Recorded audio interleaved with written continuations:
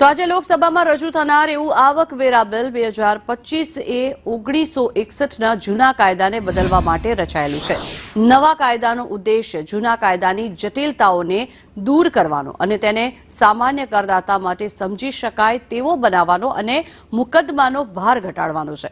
1961ના budget દરમિયાન આવકવેરા કાયદામાં ઘણી બધી બાબતો ઉમેરવામાં આવી હતી, જેના કારણે થઈને તે વધુ ને વધુ જટિલ બન્યું।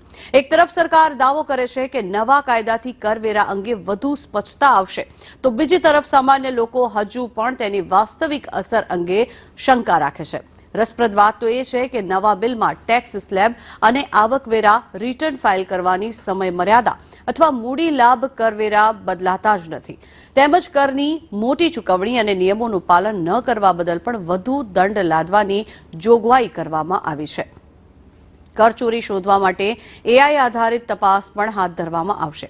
જો કે નવા બિલમાં આવકવેરા ધારામાં 298 કલમ હશે અને બિલમાં 23 ચેપ્ટર અને 622 જેટલા પેજ સમાવવામાં આવ્યા છે।